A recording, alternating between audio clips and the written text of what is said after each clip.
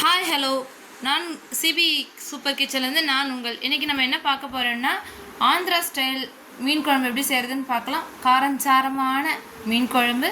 வாங்க வீடியோக்குள்ளே போய் பார்க்கலாம். தேவையான பொருள் 1.5 கிலோ மீன்.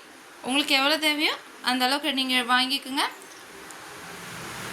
சின்ன வெங்காயம், ஒரு லெமன் சைஸ் அளவு புளி வந்து இந்த மாதிரி கரைச்சி எடுத்துக்கோங்க.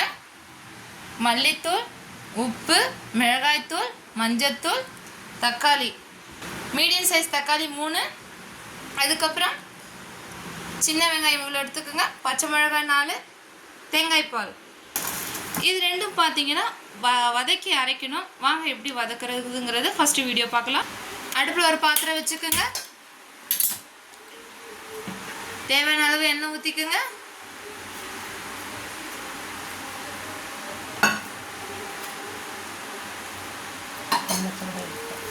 எண்ணெய் சூடேறட்டும்.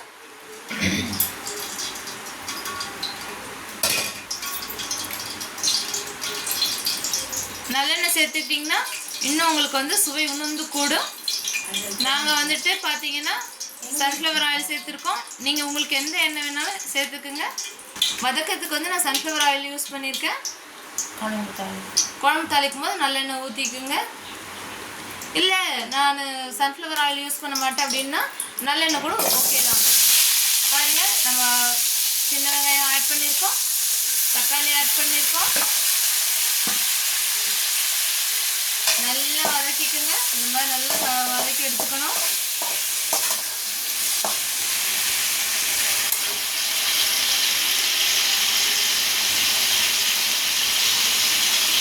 அடுப்பு வந்து இப்போ வந்து கொஞ்ச நேரத்துக்கு வந்து ஹை ஃப்ளேமில் வச்சுக்கலாம்.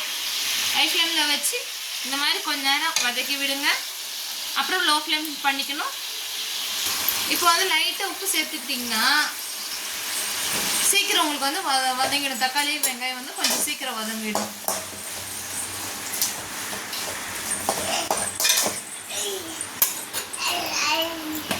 ஒரு 5 நிமிஷம் வதங்கட்டும். பாருங்கள், இந்த மாதிரி நல்லா வதக்கி எடுத்துக்கணும். அப்புறம் கொஞ்சம் லோ ஃப்ளேமில் வச்சுக்கோங்க. இப்போ வந்துட்டு பார்த்தீங்கன்னா நம்ம மஞ்சத்தூள் ஆட் பண்ண போகிறோம். 1/4 டீஸ்பூன் மஞ்சத்தூள், மிளகாய்த்தூள் 4 ஸ்பூன் சேர்த்துருக்கோம். மல்லித்தூள்,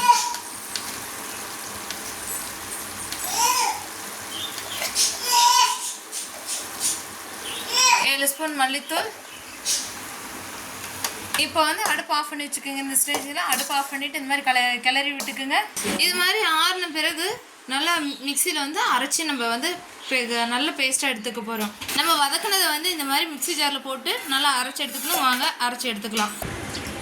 பாருங்கள், இந்த அளவுக்கு நல்லா பேஸ்ட்டாக அரைச்சி எடுத்துக்கணும்.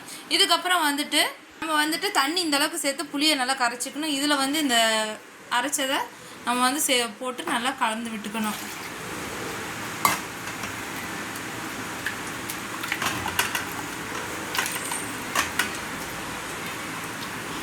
இல்லை,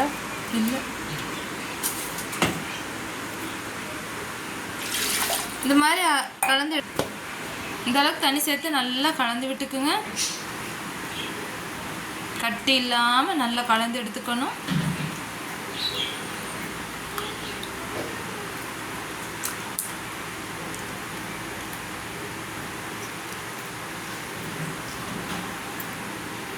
தேவையான அளவு தண்ணி ஊற்றி குழம்பு ரெடி பண்ணிக்கோங்க.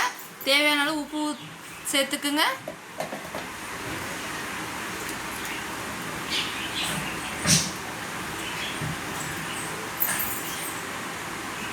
இந்த ஸ்டேஜில் உப்பு காரம் பார்த்துக்குங்க. வாங்க வீடியோக்குள்ளே போகலாம். பாருங்கள், இந்த அளவுக்கு ஒரு பாத்திரம் வச்சுக்கோங்க. பாத்திரம் சூடானது நல்லெண்ணெய் ஊற்றிக்குங்க. நான் 50 ml நல்லெண்ணெய் சேர்த்துருக்கேன். கொஞ்சம் சன்ஃப்ளவர் ஆயில் சேர்த்துருக்கேன். உங்களுக்கு தேவையான அளவு எண்ணெய் சேர்த்துக்கலாம் நீங்கள். இதுக்கப்புறம் வந்துட்டு எண்ணெய் நல்லா சூடேறணும்.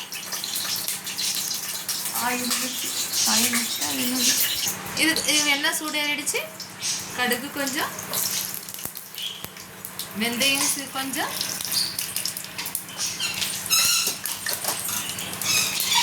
நல்லா பொரிஞ்சதும்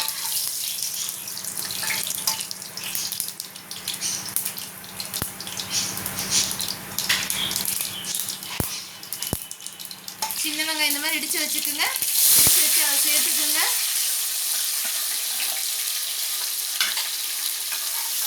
நல்லா வதக்கி விடுங்க. நல்ல ஸ்மெல் இருக்கு. நல்லெண்ணெய் ஸ்மெல் வருது. நல்லா இந்த மாதிரி நல்லா வதக்கிக்குங்க. இந்த அளவுக்கு நல்லா வதக்கிக்குங்க. இந்த ஸ்டேஜில் 4 பச்சை மிளகாய் சேர்த்துக்குங்க.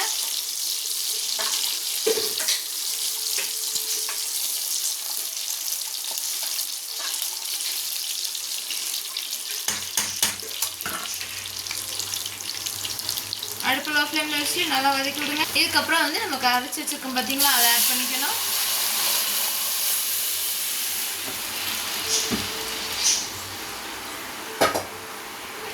காரசாரமான ஆந்திரா மீன் குழம்புன்னா கொஞ்சம் காரமாக தாங்க இருக்கணும். அதனால் காரம் கொஞ்சம் கூடுதலாக காரம் நான் சாப்பிட மாட்டேன்றவங்க காரம் கொஞ்சம் கூடுதலாக போட்டுக்கோங்க. காரம் சாப்பிட்றவங்க நல்லாவே காரம் போட்டுக்கோங்க. பாருங்கள், இந்த மாதிரி நல்லா கலந்து விட்டுக்கணும். இதுக்கப்புறம் வந்துட்டு நல்லா விடணும், நல்லா கொதிக்க வைக்கணும். ஒரு தட்டை போட்டு நம்ம வந்து மூடிக்கணும். இந்த அளவுக்கு வந்து நம்ம பாதியில் நல்லா மூடிக்கணும்.